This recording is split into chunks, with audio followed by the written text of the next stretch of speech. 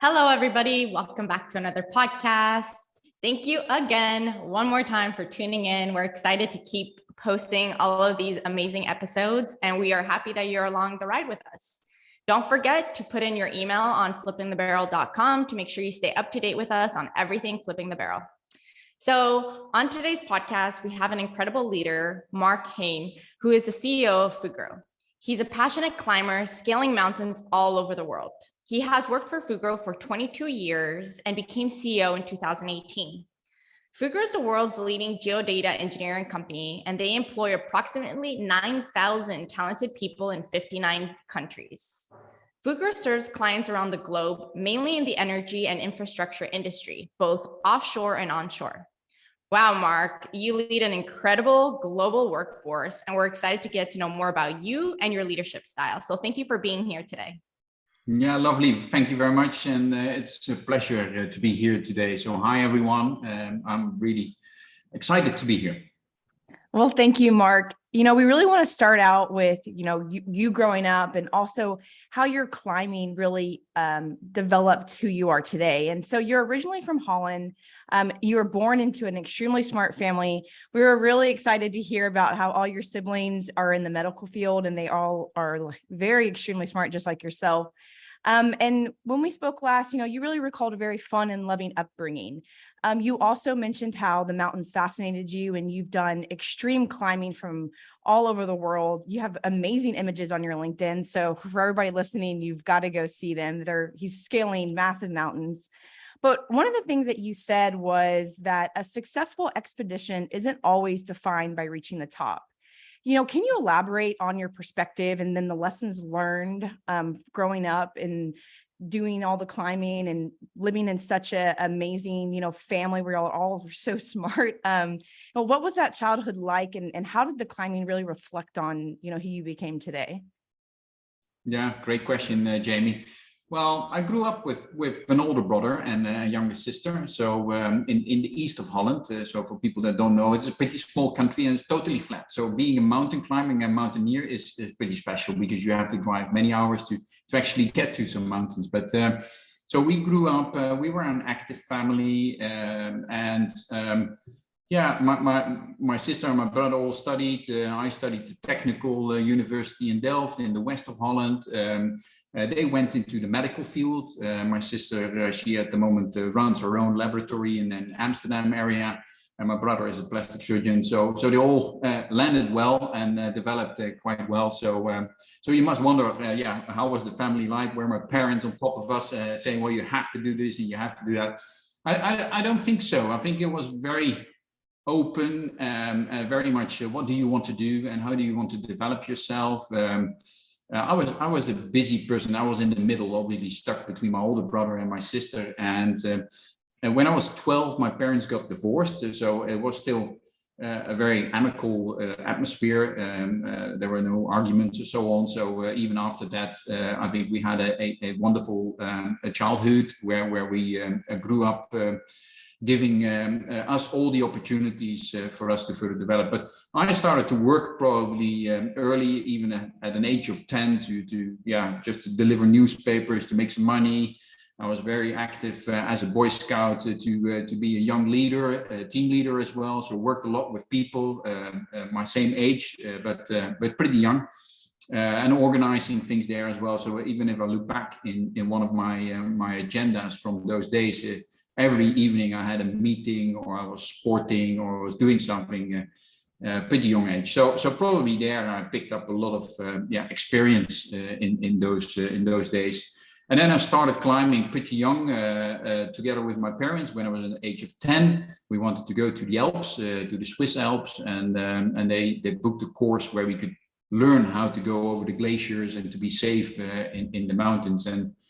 And there I got really hooked to the mountains, and I started rock climbing thereafter, and later on also alpine climbing, even big wall climbing in Yosemite. That was more during my study times and thereafter. So I became a real passionate mountaineer, and so that taught me that obviously as a climber and a mountaineer, you know that you always reach summits.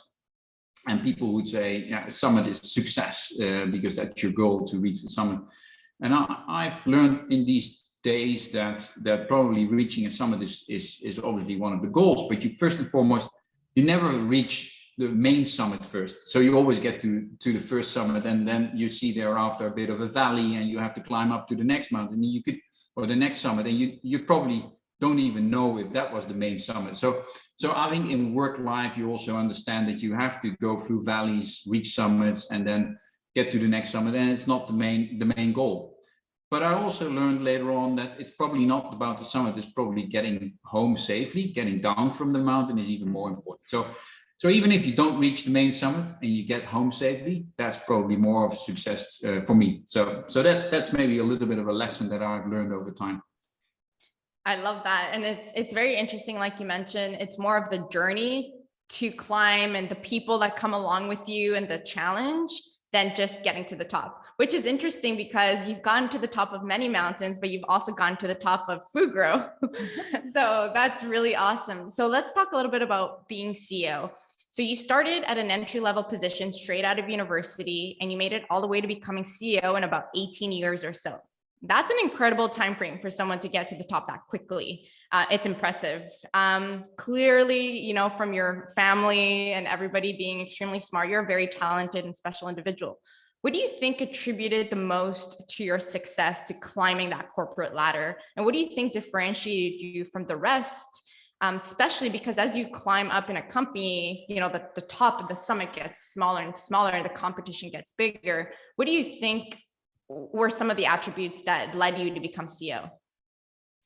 Yeah, it's a great question, and it's probably a combination of many things, because you obviously need to have the right circumstances as well when you obviously go through a company, that you have the people around you that really support you. So that's very important. So one of the advice I could already give here in the podcast is, yeah, if you don't have the people around you that really support you, then you probably have to move to a different role or a different position where you have somebody else supporting you.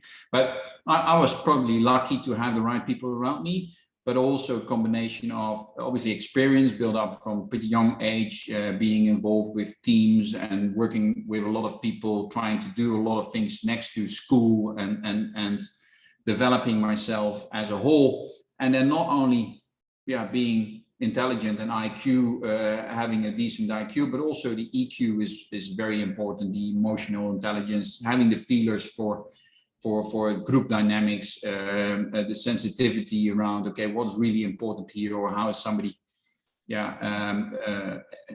receiving the message that you're trying to bring here. So that was something that I could do probably well, and maybe better than some other people. I also could focus on the key things and actually push aside the less important elements. So I could always make quickly a distinction. Okay, these are the main topics and these are side topics, and I shouldn't be too much involved in those.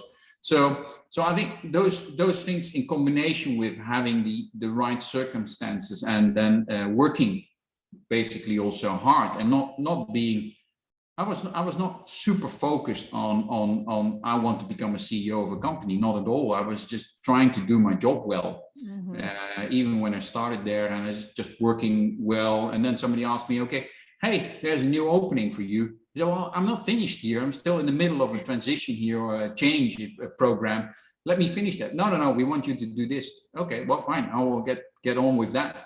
And probably a few times in my career that happened, and I really felt I'm not done yet. But they said, well, we have a bigger task for you now, and you need to move on. Okay, well, let's do it. But I was more worried about what I left behind and who's taking over, and if that would also be executed well. So it's probably a combination of all these things to be successful, and then get the opportunity to make these steps, and then grabbing all these things by both hands is probably a hint that I can give to everyone, to just go for it and work hard and do your best, and then apply your talent that you have. Mm-hmm. And obviously I had some skills quite clearly, and I could develop that quite well in the circumstances that I got. Well, talking about taking life by the hands, when you became CEO, you then embarked on changing FUGRO's vision and purpose to create a safe and livable world. Can you please explain the purpose and how FUGRO contributes to that and how that aligns with your personal mission and values? Because you're very much aligns with the person that you are today and the person that you were in the very beginning. So you never really changed anything about your values when you became CEO, which we think is, very refreshing. Yeah, one of the key values of FUGRO is doing the right thing, and I still believe very strongly in that. So actually, when we try to develop the values of the company, we really embarked on a program where we asked all the people, or a lot of people, to get involved and actually talk and speak up and say, okay, what are the key values of the company? And these values came out as like, doing what's right. Being prepared for tomorrow, very determined to deliver. So those are values that the company actually developed, and they're very close to my heart as well. So I really believe that is very important. I wanted to stay also close to myself when I executed all the roles that I got and all the positions that I had in FUGRO. And FUGRO plays a very important role. So FUGRO actually stands for foundation. The FU, foundation, is a Dutch word, and GRO is ground mechanics. So we're experts in foundation and ground mechanics. And that means everything that's being built on this planet needs a foundation. And because the whole planet Earth is dynamic and it's moving all the time, because continents are shifting even centimeters by year, they're sinking, they're moving up. Some is very soft soil, so you have sand or clay or rocks. And if you want to actually build a building or a railway track or a tunnel, you need foundation experts. And FUGRO is actually a unique company, a global company that has the knowledge to acquire the data, and we call it geodata because there's always a geographic coordinate attached to it. Okay, in this location, there's this situation with sand and then clay and then rocks and all these kind of things. You need a foundation that is 20 meters long to actually have a solid building or railway track. So those kind of things we get involved in, and everything that is being built needs that expertise. And we acquire that geodata, we analyze it in our laboratories as well, and then we advise on it. So acquisition, analytics, and advice. We call ourselves a AAA company. So I thought that sounds really good for the banks and the investors as well. But that's a side note. But really, I believe, especially nowadays, with the world changing so rapidly, with obviously what you see on the requirements on energy transition, the differentiation in what kind of energy you really use in the future. Trying to steer away from coal, for instance, and maybe even reducing oil over time and using gas at transition and moving into the wind energy. So those kind of things in hydrogen and carbon capture storage programs. All these things require the expertise, that whole expertise of FUGRO being the knowledge of the subsurface. And that's only the first 100 meters. So it's not deep seismic, it's only the first 100 meters. So this is really interesting. And then thinking about coastal resilience, urban resilience, sea level rise, all the change in the climate is actually also something that's very close to FUGRO's expertise, collecting information about the oceans, the currents, the water depths, and all these kind of things. So I think we play a major role in this current day and age, in a very rapidly changing world where geodata becomes more and more important for everything that's being built, and therefore also create a safe and livable environment for everybody that lives on this planet and uses the planet as their home. And there's only one planet, so we cannot replace that home. Mm-hmm. Yeah.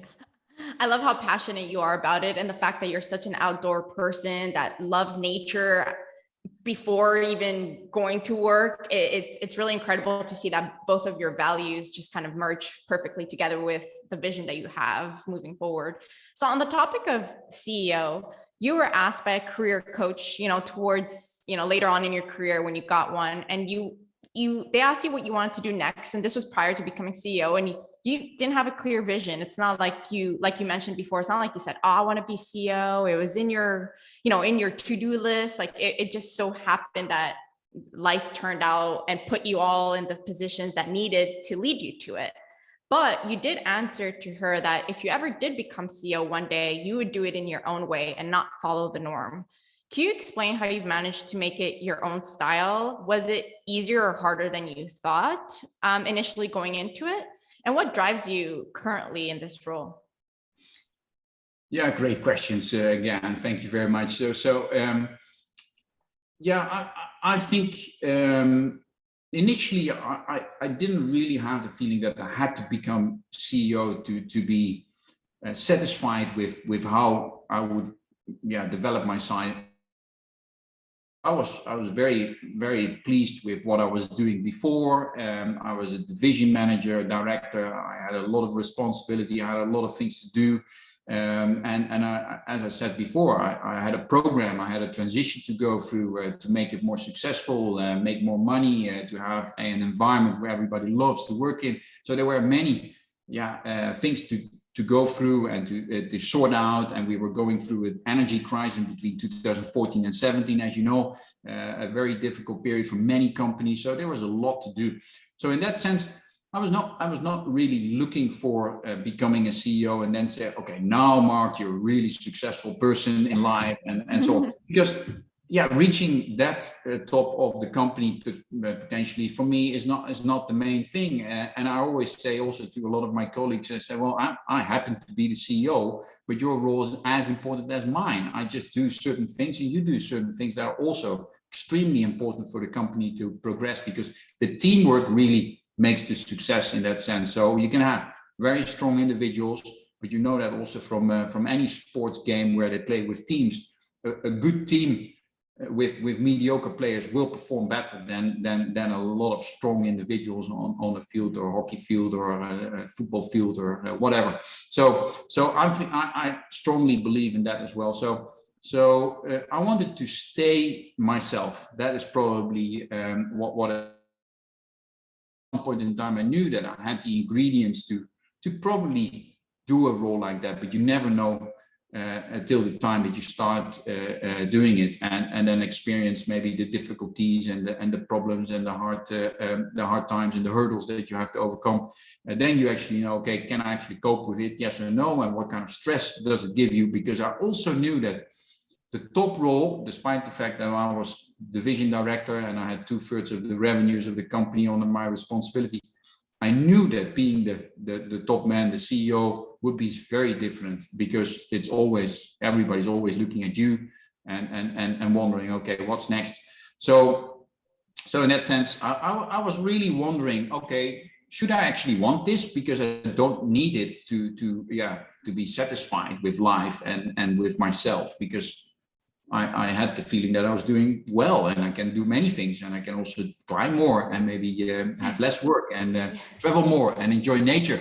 So I have many plans. So if I stop working, I have a long list of things that I still need to do and I want to get on with it. So in that sense, how have I succeeded in being different? I don't know. I'm myself. So I just keep a very strong focus on the people side, on teamwork, on trying to get the right people on the seats, so to say. And I strongly believe then that the result, which is also very important to me, because we obviously want to deliver results on many different fronts, being successful in changing things, being successful in profitability, in growing, but also in better teamwork and creating that environment that people love to work in. So all these things together, I think I really want to be a leader that is also, what they talk about nowadays, the courageous leadership, where you actually accept to be vulnerable and also show your weakness and admit your mistakes and openly discuss those. So I have no problem with it. So I also have many times that I fell out of a climbing route and then I fell down and I said, okay, well, I need to try again. And everybody can see that as well, that I fell. So in that sense, it doesn't really matter. So I don't mind showing that, because everybody that doesn't show that is not very genuine, because everybody will face those difficulties. It is not easy. There's no book that explains you how to become a CEO or how to be a CEO. Yeah, there are probably many books that claim that they explain that to you, but they haven't been a CEO. So anyway, every situation is different again. So I try to be myself, and I'm pretty relaxed about it. But obviously, being a CEO is a stressful job, and you notice it as well.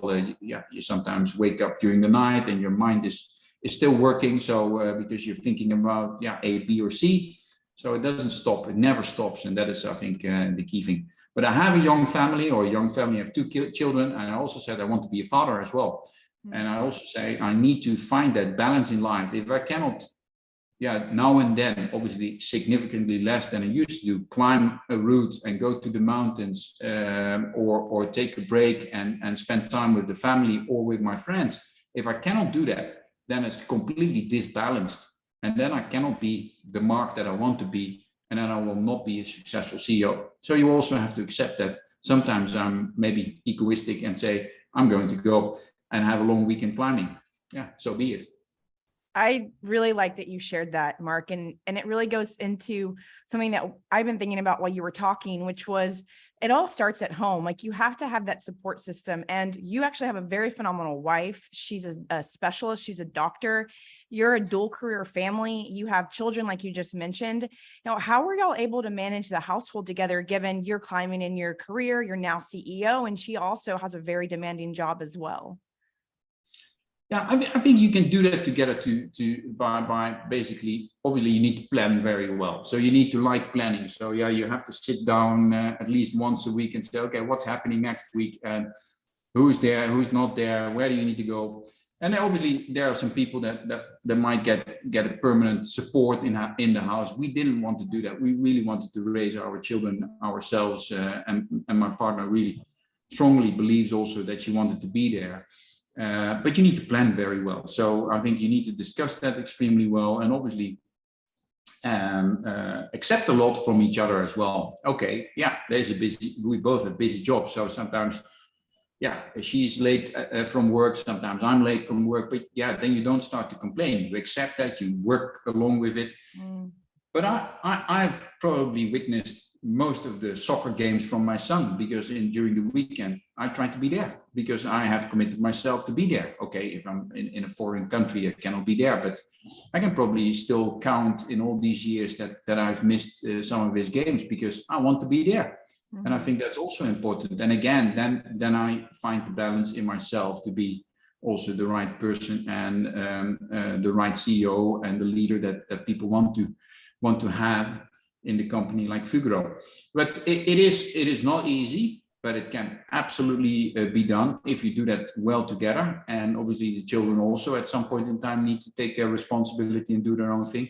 You need to be a little bit lucky as well. We have easy children. They study well at school. So you need to be a little bit lucky. They're healthy. But you can be unlucky. You might have a disabled child or whatever, and then we have to make different choices as well. So again, it is a combination. Okay, sometimes it works, sometimes it doesn't work. But I think it's quite important that you both have your own thing to develop, and it doesn't always have to be a busy job. It can also be something else. So don't get me wrong. I think people that choose a different lifestyle and want to be more at home and maybe have voluntary work or other things that they do is perfectly fine as well. But I think you need to find that passion, and you need to, so to say, that it's not only the family or only the work. So you need to find that balance.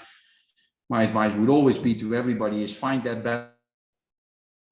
These could be 4 pillars, it could be 3 pillars, and how do you divide your energy and your time between those? And if you ignore one of those pillars that are important to you, that can be done for a period of time, but after a while you need to pick up the energy on that side as well. If you don't do that, then you probably will be dissatisfied and a little bit you might end up in a midlife crisis. I might still end up in that midlife crisis, who knows. Thank you for sharing. I love how you mentioned those 4 pillars are very important, and making sure that overall you're balancing. And like you said, sometimes some pillars can take more than the others, but it's only a matter of time before, building falls. So let's talk about the percentage of female talent in not only our industry, but across the corporate world is very small. What do you think are some of the reasons that hold women back to have a successful career that maybe you've noticed as you climbed, your corporate life? What do you think companies can do to create a better environment for them to rise? I assume, especially now with having more females in STEM, and the world is changing to try to create a better environment for women to be successful. What do you think are some things that the companies can do to promote that? Yeah, I think it's extremely important to make conscious decisions how you want to approach this, because this is not going to come by itself or automatically because you think that you need to have more women or females in certain positions. You really actively need to change and help and also almost demand from your management teams that they take action. So and put targets on it because and that's obviously a big debate. Okay, should you have targets on these things, yes or no? And I think probably the past history has proven that that will help and that will really drives people to do and go the extra mile to make it happen. So we also had significant roles available at certain point in time. I was very determined to actually get females in these positions at the right quality, obviously, and it's not easy to find them immediately, especially if it's in a role where they have a lot of people and revenue P&L responsibility. Then I think you see that there is a limited amount of choice, and the reason for that is very simple, because all the companies that have these people will hold on to them and protect them very well. So there's a lot less on the free market, so to say. And you see, I think during the career of females, you see many making very logical choices during that phase, growing in their career to say, well, hey, this may be a phase in life where I build a family, where I say, well, maybe it's better for me to have a different kind of role, maybe more on the functional side, maybe more on also important roles. But it automatically means that they do not have the big teams to manage. They do not have the P&L responsibility. And that's, I think, where companies can come in and say, hey, this is a phase in life. And that's not only for females, it's also for male. We recognize and we actually going to actively support this period where we say, okay, well, we want you to stay in this hot seat where you're in the operations or where you're a project director or whatever. We want you to continue in that role, but we understand that you might need a little bit more flexibility, a bit more time or whatever. And we're going to support you because we put somebody next to you, or we put some additional support in your team so that you can continue to be that leader in that operational seat, in that revenue P&L driven seat. If we as companies are more successful in that aspect, then you will see also in the higher levels of the company more female, where we say, hey, these are many to choose from. Where I think some companies have been obviously very successful doing that and have more choice, but the majority probably haven't done that at all and need to really step up. So I think that's really one key thing that they can do to actually support the career of females in this particular case, but obviously for males it's very, very, very similar. But so that's one thing. The other thing is you need to also accept that you want to take risk. So if you have a choice and maybe there are 5 males and 2 female candidates for a certain role, and say, well, I really ideally want to have a female, but these males have actually more responsibility already, have proven, or 2 out of the 3, 5 or so have proven that they have been in this position before and they have already 2 or 3 years experience, then it's easy to say, well, let's go for the experience and let's go for the safe side. So I think you need to consciously tell yourself to say, well, no, I'm going to take this risk because 9 out of 10 times, if you give people the opportunity to grow and to do something, they will deliver on it. So it's very rare that they don't deliver. So I think you need to be bold and just make these decisions and sometimes take a little bit of risk because it's not proven. That doesn't mean that they cannot do it, but it's not proven. Okay, so be it. It's not proven. You give them the chance and they will run even faster and harder and do a better job for you. So I'm convinced that we as leaders and as companies can play an important role to make these changes. and we have to do that very actively, otherwise it won't happen. I have, out of all the times we've asked that question, we have not gotten such a dynamic and like real answer. Like that's actual stuff that companies can do today that by all means they should be able to implement. So I really love what you shared. And I wanted to add to that, because like you mentioned, there are periods of time specifically for women when they have children or whenever things get hard at home, that they need to step it down a little bit in a role, like you mentioned, not necessarily be running a big team or P&L. And that automatically is like, she doesn't want to be, more successful. She doesn't want to get to the top, because of just such a small period of time where like, I just need a year or I need 6 months. And what I've noticed with a lot of women is that when they take those lower roles, just for that period of time, they get stuck there because the rest kept climbing, because they didn't have to take that break for whatever reason. And even though they have the potential to make it, they just get stuck in this. They're not ambitious, they wanted to step back. So labeled. I really love that you said that. And on the other topic of taking a risk on a female, especially when you have 3 other candidates that could be really good. One thing that we read recently was that, males get promoted on their potential, or, on like, they can do this, while as females, a lot of times get, placed on like the experience and that they've shown that they've done it. So I really love what you said of like, sometimes take a risk and you give someone an opportunity, and most likely, they can be successful if they're just given the opportunity. So thank you so much for that. Yeah, maybe I can add a few more things there, because I'm also very passionate about this, because I see it in practice on a day-to-day basis. And very often females also said to me, there's plenty of choice. I said, well, I have to be a little bit bold on that as well, and say, well, no, that's not really true. In certain positions, there is not a lot of choice, especially if you say, well, you're in a P&L position and you need to run and be responsible for 2,500 people or so. There is, obviously there's choice. Yes, there are good females, but there's not as much choice as you have with males. So you need to be super determined to say, well, okay, I'll make this happen. And sometimes it will take you half a year to a year to find the right person.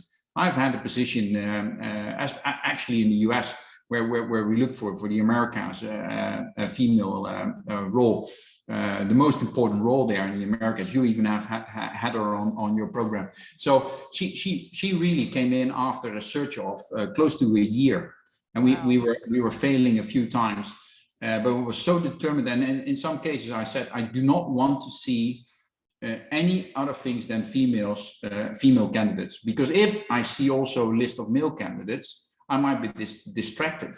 So I'm determined to actually make this happen. So, but you need to be obviously very determined, make it happen, and say, well, we just go for it. So, and then the other thing, if I can add one more thing, if you allow me to do that, because I think what is also very important there is that the culture changes in companies, because over decades, obviously at the top of the company, there are quite a few quite dominated male that actually almost determine the culture at the top of the company. And then you see females trying to adapt their behavior to that male culture. Mm-hmm. And actually we need to break through that, because females need to be females and they need to actually behave as they would like to behave, and maybe also be much better in the modern leadership, being courageous and all these kind of things, where they show vulnerability, have their feelers out and all these kind of things. So I think in that sense, females have